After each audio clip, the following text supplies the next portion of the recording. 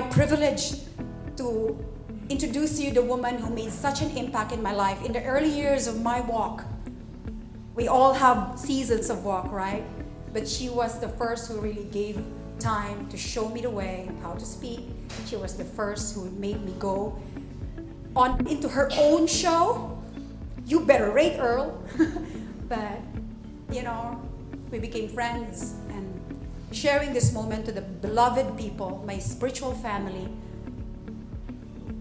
allow me the privilege and the gift to hear from somebody who I meant so much that I want her to see what we're up to the community of faith, for these women who are making waves in history in every sphere of life. So please welcome Korina Sanchez. So much drama. Drama. After the so many invitations of Earl, I just had to say yes. I see some familiar faces, new faces, and I'm glad that I did my speech in English. I see that there are non-Filipinos here. So, but there will be some Tagalog punctuation marks. So, you know, I don't know. I thought I was a bad influence. Everything turns for good, right? Everything turned for good. She became a good girl after all in the end. Wow. So banal naman. I better watch my mouth around her. Okay. So, ladies and the few gentlemen here, colleagues, friends, and fellow Christians, thank you for giving me a few moments of your time today. I want to speak about a profession. Well, she gave me a list of choices to make about what the topic will be, and I chose career to calling. Okay, so it's about a profession that has shaped history, challenged power, illuminated truth, and connected the world. The career of the broadcast journalist. I used to say, I have the best job in the world. Sometimes I think twice about that, but yes, I think it is and remains to be. And I'm glad this is where I landed. But more importantly, I want to speak about the calling within that career. A calling to serve the betterment of humanity. If you ask most journalists why they chose this path, you might hear stories of curiosity, I want to be glamorous, I want to be on TV and radio, loving to write, or of craving the adrenaline of a breaking story. That's all true. Yes, and we like to watch ourselves on TV and make our mothers proud. My story isn't so different from others. Trying to figure out my course in college, I thought I wanted to be a lawyer. But I don't like memorization. Though I wanted to be a doctor, but I don't want to study like for the rest of my life. Then I asked myself, what would give me money? Lots and lots and lots of money. Okay, maybe being an accountant, but I'm bobo in math. Not so good there. Maybe I should have thought about being a contractor. It didn't cross my mind. We're only discovering contractors today, aren't we? Then, okay, I applied for dentistry. Yes, instant money just dealing with people's teeth. Fortunately, hindi ako pumasa. I failed the course. It was a quota course in UP Manila. Thank God. God truly has a way. So I asked myself a simple question. What do I truly love to do? I was asking myself the wrong questions from the beginning, so when I answered that question, the answers were simple. I love public speaking and writing, so journalism it became, and the rest is 40 years of history in broadcasting.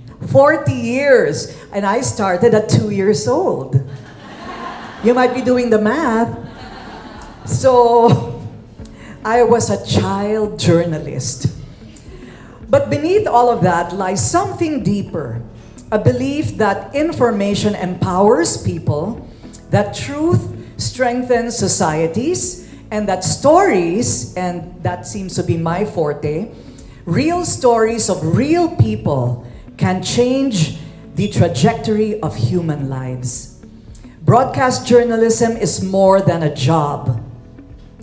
It is indeed a public trust. Every time a journalist sits behind a microphone or steps in front of a camera, they are entering into a silent agreement with the audience. I will do my best to inform you. I will respect you enough to tell you the truth as I research it. I will bring you the world not as I wish it to be, but as it is. And keeping that promise is not always so easy.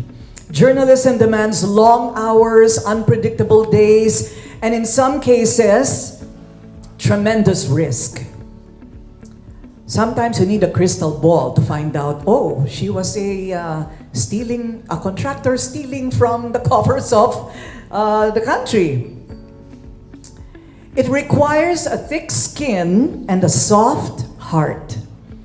Thick enough to withstand criticism, but soft enough to care about the people whose stories we tell and the lives that we affect. But what makes broadcast journalism truly extraordinary is its reach. A single report can influence millions. A single interview can shift public understanding, and all it takes is editing 5 minutes out of a 30-minute conversation. A single moment on air can rally people towards justice, compassion, or collective action.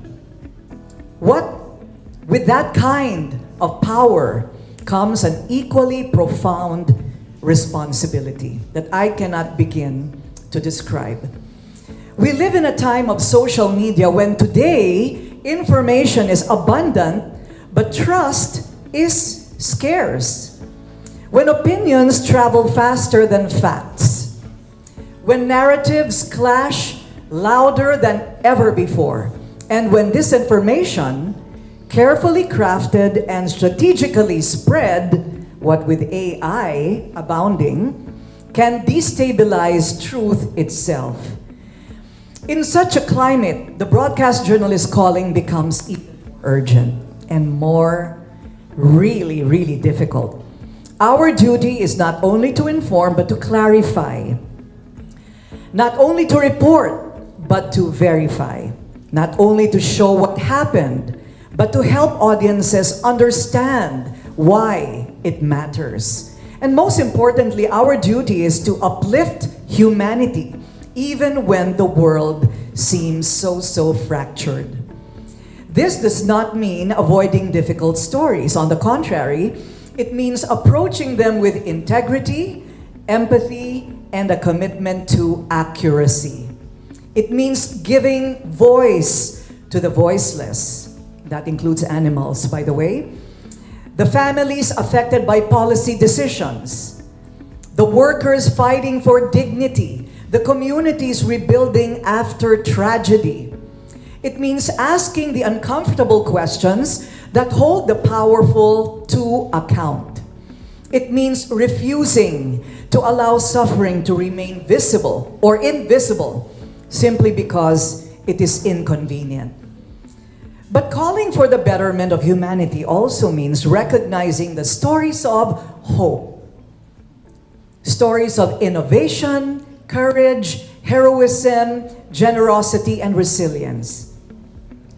Because journalism is not only about exposing what is wrong, and I try to keep reminding people of that not all journalism is investigative. It is also about revealing what is possible and what is simply hopeful. People cannot build a better world if they cannot imagine it, and sometimes it is the journalist who has to spark that imagination. Think about major movements for justice, safety, equality, and human rights. Time and time again, they were propelled forward because someone turned a camera toward the truth. Someone dared to say, the world needs to see this. Someone believed that people, when informed, will care enough to act. This is the calling of the broadcast journalist, to shine a light where others would prefer darkness. Such is what is happening now. With the discoveries about unbelievable amounts of money stolen from hard-earned tax payments to government, people seem outraged But really, this has been happening all along through decades and maybe through all the administrations. The impunity which we crucify today is actually the product of even journalists' lethargy in the comfort of darkness. This happened after ABS-CBN was closed down under Duterte. The chilling effect on all journalists cascaded and stayed, especially during the pandemic. But here now is a resurrection again. And if you're old enough to remember, after 1986, the EDSA revolution, where like today, decades after,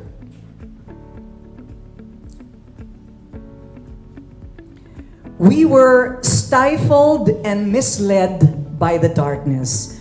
But now, with another opportunity for us who want the light back, to be uncensored and determined, we must connect communities that might otherwise remain divided for this renewal, to help societies understand themselves honestly, fully, and compassionately.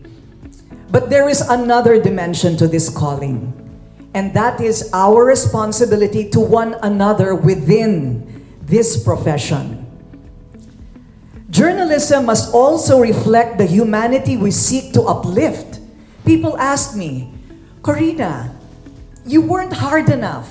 Or, I really like that other person because she was screaming at her guest. And I would say, well, you know, I used to do that in my 20s. But with age comes wisdom and compassion. You can still get the answers you want without being nasty. I don't invite guests to abuse them. So, it just simply isn't my style, girl, so maybe you should be following someone else. So, this humanity among journalists is also something that must be looked at with circumspection. We must support diverse voices, opinions, whether we like the person or not. Somebody was just berating me online because I interviewed Ombudsman Boying Remulla. And of course, you're gonna get the corporate line from somebody like that. Of course, you have to know. And I said, well, you know what? Just as Jon Stewart said, when he was also questioned for interviewing his uncle, we must see the value in every person. We must be able to see the value in humanity. And everyone has a leaning, and every opinion deserves respect. We must support diverse voices, mentor younger reporters, uphold ethical standards, and protect press freedom wherever it is threatened. A journalist who cannot speak freely cannot serve the public. And a society that silences journalists silences itself. And as I myself experienced recently, journalists must see through the competition among each other and ask the right questions rather than denouncing a fellow journalist to make him or herself look better. So where do we go from here? We continue telling the truth even when it is unpopular. We continue reaching across differences even when division feels easier. We continue valuing facts even when misinformation feels louder. And we continue believing that people, when given truthful information, can and will make choices that lead to a better world. We can only hope. Because journalism, at its heart, is an act of service. Before every broadcast, before every field report, before every interview, we have an opportunity to ask ourselves, how can this story help people understand their world more deeply? How can it inspire empathy? How can it empower action? How can it contribute, however modestly, to the betterment of humanity? When we ask those questions, journalism becomes not just a career, but a calling and a weapon. So to every current journalist, to every student dreaming of entering the field, and to every supporter who believes in the value of a free and informed society, let us recommit ourselves to that calling. Let us be fearless in the pursuit of truth. Let us be compassionate in telling the stories. And always remember that our work has the potential to echo far beyond the newsroom. For after all, when asked, what is your purpose in life? We're always asked that question. That contribution to make it better than when you found it, then you have served your life's purpose. Thank you so much. That's it.